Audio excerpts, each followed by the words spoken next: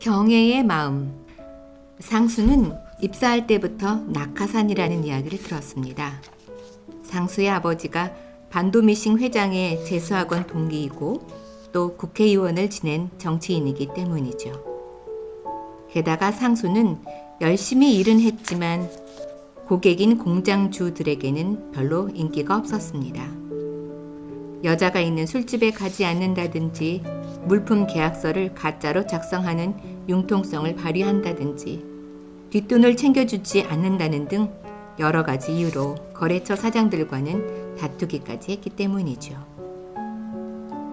이런 이유들로 입사 연차가 차서 승진을 해야 했지만 승진을 할 정도의 실력은 없어서 팀장은 팀장이지만 대리라는 제한이 붙어있는 팀원도 한 명 없는 팀의 팀장입니다.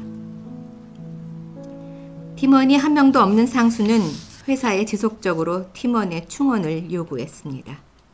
그리고 마침내 회사는 8년차 총무과 직원 박경애를 팀원으로 보냅니다.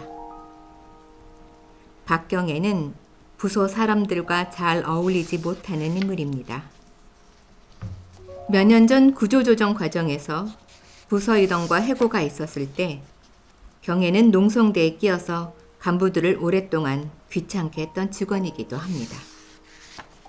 당시 경애는 삭발까지 하면서 열심히 농성에 참가했지만 농성 중에 노조 간부의 직원 성희롱이 발생하자 이를 문제 삼아 농성을 사실상 무산시켰고 이로 인해 노조로부터도 경원시 당하게 되어버렸습니다.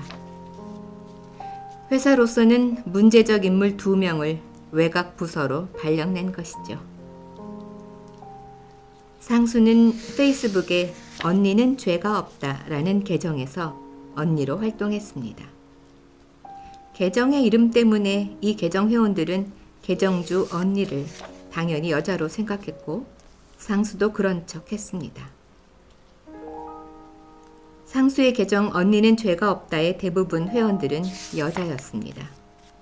그들은 섹스하는 여자들, 이별하는 여자들, 싸우는 여자들, 가족을 떠나려는 여자들, 우울한 여자들, 비밀을 지켜야 하는 여자들, 온갖 종류의 여자들이 자기 고민을 털어놓고 언니에게서 위안을 받곤 했습니다. 상수는 그런 여자들을 위로하기 위해 사연을 받았고 페이스북에 답장을 게시했습니다. 마음을 다해 답장을 썼지만 여자가 아니었기 때문에 불가피하게 거짓말을 하기도 했습니다.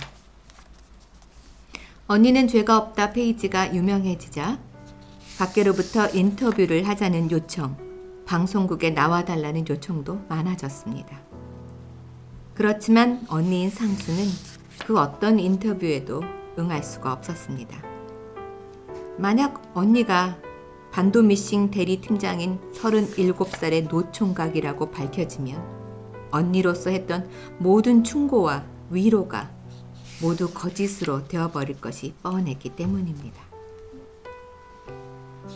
언니에게 보내온 그녀들의 편지에는 사랑의 시작과 끝이 다 드러나 있었습니다. 사랑이 시작되는 과정은 우연하고 유형의 한계가 없고 불가한 반면 사랑이 끝나는 과정은 정확하고 구체적인 알리바이가 있었습니다. 가난과 폭력, 배신과 거짓말, 종교, 정치, 국적의 차이, 부모의 반대, 언니 또는 형의 반대, 베프나 은사의 반대, 불륜, 제3자의 등장 등 사랑의 소멸은 정확하고 슬펐습니다. 상수의 이런 이중 생활이 어쩌면 상수를 회사에서 겉돌게 만들었는지도 몰랐습니다. 경애는 상수가 운영했던 언니는 죄가 없다에 오랫동안 참여해온 회원이었습니다. 언니 상수에게 경애는 프랑켄슈타인 프리징이란 계정명으로 활동했고 첫사랑과의 문제나 심정을 솔직하게 고백하고 자문을 받았습니다. 경애에게는 트라우마가 있습니다. 19살 때 일입니다. 인천의 한 호프집에서 경혜는 영화 동호회 모임에 참석하고 있었습니다. 모임 중에 경혜가 잠깐 공중전화를 하러 나간 사이에 그 호프집에서 불이 났고 안에 있던 56명의 아이들이 불에 타 죽은 일이 있었습니다. 아이들이 죽은 것이 경혜의 책임은 아니었지만 그 사고의 후유증은 오래 갔습니다. 당시 지하에서 불이 났고 번지기까지는 시간이 꽤 걸렸는데도 아이들이 빠져나오지 못한 데는 이유가 따로 있었습니다. 아이들이 출입문으로 나가려고 하자 가게 주인이 술값을 받지 못할까봐 문을 잠갔기 때문에 아이들은 빠져나오지 못하고 사고를 당하고 말았습니다. 아이들의 죽음이 화재가 아니라 잠긴 문 때문이라는 사실은 경혜를 견딜 수 없는 절망으로 몰아넣었고 아주 오랫동안 경혜를 괴롭히는 트라우마가 되었습니다. 상수는 어느 날 언니는 죄가 없다에 오래전부터 고정적으로 상담을 해온 프랑켄슈타인 프리징이란 계정이 경혜라는 사실을 알게 되었고 정말 깜짝 놀랐습니다. 경혜가 그렇게 설레어하며 문자를 주고받던 상대가 경혜를 엉망으로 만들어 놓고 떠난 옛 애인이라는 사실도 충격적이었습니다. 경혜의 그 옛 애인은 가정에 있는 사람이었고 아직도 결혼 생활을 유지하고 있다는 것 또한 상수를 무참한 슬픔으로 느끼게 만들었습니다. 그런 이기적인 착취를 사랑이라고 착각하고 있는 경혜도 애처로웠습니다. 감당할 수 없는 충격에 차라리 아무것도 몰랐던 때로 돌아가고 싶었습니다. 상수가 언니는 죄가 없다를 운영하면서 만난 여자들은 카테고리화 시킬 수 있을 정도로 유사한 비극들에 노출되어 있었는데 상수는 그때마다 모든 잘못은 남자들의 빤한 이기심에 있다고 확신했습니다. 남자들만의 이야기 속에서 여자들은 단지 다른 신체기관이 없는 성기와 가슴만 지닌 존재처럼 여겨졌습니다. 상수가 10대였던 시기부터 지금까지 그런 남자들의 모습을 집단적으로 확인할 기회는 너무나도 많았습니다. 상수는 이런 사실에 혐오감을 느꼈고 싫었습니다. 상수는 언니는 죄가 없다를 통해서 펼쳐질지 안 펼쳐질지 모르는 낙하산을 맨 채 중력이 이끄는 대로 기꺼이 몸을 맡기는 사랑을 시작하는 사람들의 무모함과 용기를 몸으로 이해했습니다. 상수팀은 어느 날 갑자기 베트남으로 발령이 납니다. 한국의 방직 공장들이 중국이나 동남아로 넘어간 지 오래되었는지라 베트남으로의 발령은 따지자면 놀랄 일도 아니었습니다. 공장들을 상대로 영업을 하는 미싱 회사로서는 공장을 따라가는 것이 당연했으니까요. 상수는 반도미싱에서 친하게 지내는 사람이 거의 없는 외로운 직원이었지만 그래도 가까이 지낸 사람이 있었습니다. 지금은 회사에서 잘리고 없는 조 선생이란 사람입니다. 50이 넘어서도 과장보라는 애매한 직책을 가지고 있어 그저 조 선생이라고 불리웠던 사람입니다.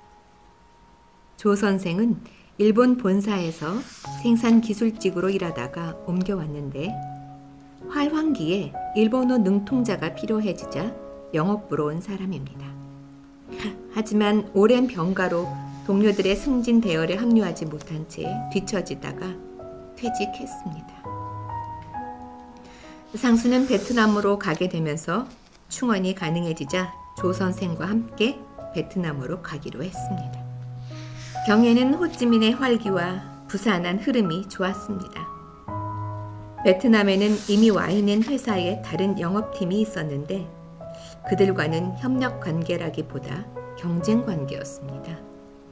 이런 이중 경쟁은 직원들에게는 피곤했지만 회사로서는 손해가 아니었습니다. 호찌민 지사에 먼저 와 있던 영업팀원들은 출장이 잦았는데 어느 회사 제품을 판매하고 있는지 상수팀에게는 알려주지 않았습니다. 경혜는 이들이 다른 회사 미싱을 팔려 다니는 것이 아닐까 의심했습니다. 상수팀은 영어를 할 줄 아는 베트남인을 별도로 고용하는 등 전력을 다해 영업활동을 했고 동양물산에 공을 아주 많이 들이고 있었습니다. 상수와 경혜가 베트남에 있던 어느 날 언니는 죄가 없다 계정이 해킹을 당하는 사고가 났습니다. 계정 페이지가 온통 욕설과 성인 광고로 도배가 되었고 비밀번호마저 바꿔놔서 계정 주인 상수 본인마저도 언니는 죄가 없다 페이지에 들어가지 못하는 상황이 발생합니다. 회원들은 개인 정보와 비밀스런 개인 사연까지 유출되자 아무런 대책도 세우지 않고 있는 계정주 언니에 대한 원망이 커져갑니다. 이에 회원들이 직접 만나서 대책을 세우자고 하지만 신분이 탄로 날 것이 두려운 상수는 아무런 대응도 하지 못합니다. 언니는 죄가 없다 계정 해킹으로 어립 나간 상수는 베트남의 반도미싱 영업에도 소홀하게 되고 맙니다. 그래서 상수가 주도적으로 추진해온 계약을 뺏기는 일이 벌어집니다. 상수가 주도적으로 추진해온 동양물산과의 계약이 성사되었고 막상 기계를 넣는 날이 되었는데 다른 영업팀 김 부장이 호치민 지사 인력을 빼가버린 것입니다. 기계 설치 인력이 절대적으로 부족해진 상황에서 상수와 조 선생의 사력을 다했지만 약속 시간 내로 일을 마무리하기에는 역부족이었습니다. 다른 회사 미싱을 판매하고 상수팀의 영업을 방해만 하는 호치민 지사 김 부장의 행태를 보다 못한 상수는 김 부장 팀의 비리를 한국 본사에 보고합니다. 그러나 김 부장의 리베이트를 받던 본사 임원들은 상수의 이러한 보고를 묵살해버립니다. 상수의 보고가 묵살되자 경혜가 다시 이런 사실을 본사에 보고합니다. 그런데 회사는 경혜를 아무런 연고도 없는 시흥 공장으로 발령내버립니다. 하위 직급이 상위 직급에게 대들어 상명하복을 깨뜨린 사람으로 경혜를 지목하고 좌천해버린 것입니다. 상수와 경혜가 관련된 두 가지 회사 일과 언니는 죄가 없다 모두에게서 위기가 닥쳐왔습니다. 상수는 그저 숨고 싶었지만 경혜 때문에 그럴 수 없었습니다. 경혜는 시흥 공장에서 아무런 업무 지시도 받지 못하고 방치되어 버렸습니다. 경혜는 시흥 공장에 일주일 출근한 후 열흘 휴가를 냈습니다. 그리고는 혼자 부당 전보 철회하라는 1인 시위를 시작합니다. 회사는 경혜가 지칠 때를 기다리는지 그냥 내버려 두었습니다. 1인 시위는 외롭고 고독하고 힘이 들었습니다. 오고 가며 응원하고 격려하는 사람들도 있었고 몰래 물이나 먹을 것을 전해주는 사람도 있었습니다. 상수는 서울 본사의 사장을 찾아갔습니다. 이미 이사들이 상수가 가짜 서류를 들고 찾아올 것이라는 것을 사장에게 말해놓은 상황이었습니다. 사장은 이사들을 부르고 베트남의 조 선생과 설치기사 창식을 화상으로 연결하여 사실을 확인합니다. 상수는 서울 본사의 사장을 찾아갔습니다. 그러나 이사들이 상수가 가짜 서류를 들고 찾아올 것이라고 사장에게 미리 말해놓은 상태였습니다. 사장은 이사들을 부르고 베트남의 조 선생과 설치기사 창식을 화상으로 연결하여 사실을 확인합니다. 창식은 처음에는 베트남 지사에서 다른 회사 제품을 취급한다는 사실을 부인합니다. 사장이 조 선생과 창식 둘 중 하나는 거짓을 말하고 있다며 창식이 거짓이 아니라면 조 선생을 처리하겠다고 하자 평소 조 선생을 인간적으로 흠모하던 창식은 마음을 바꿔 비로소 진실을 실토합니다. 마침내 경혜는 본사 영업부로 복직되었습니다. 조 선생은 베트남 지사를 계속 지켰습니다. 김 부장은 회사를 그만두었고 여러 가지 미싱을 취급하는 총판을 차렸습니다. 한편 상수는 회사를 그만두었습니다. 상수는 퇴직한 후 문화 콘텐츠를 제작하는 회사에 취직했습니다. 상수는 문화 콘텐츠를 제작하는 회사에 취직했습니다. 회사는 상수가 영어도 잘 못하고 글은 괜찮은데 반해 대화 능력은 현저하게 떨어진다는 것을 알았습니다. 그렇지만 그가 연애 소설과 영화를 방대하게 읽어온 점을 아주 높이 샀습니다. 경혜는 언니는 죄가 없다의 계정을 통해 상수와 소통할 수 없게 되자 상수에게 메일을 보냅니다. 언니님이 요즘 어렵게 지낼 것이 분명한데 우리가 함께 이야기했던 일만은 없어지지 않아야 한다고 생각합니다. 그리고 언니는 죄가 없다에서 벌어지고 있는 일들에 대해 상세히 설명합니다.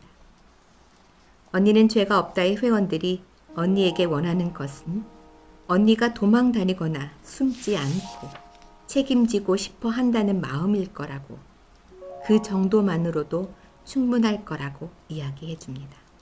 상수는 회원들을 대표하는 3명과 만났습니다.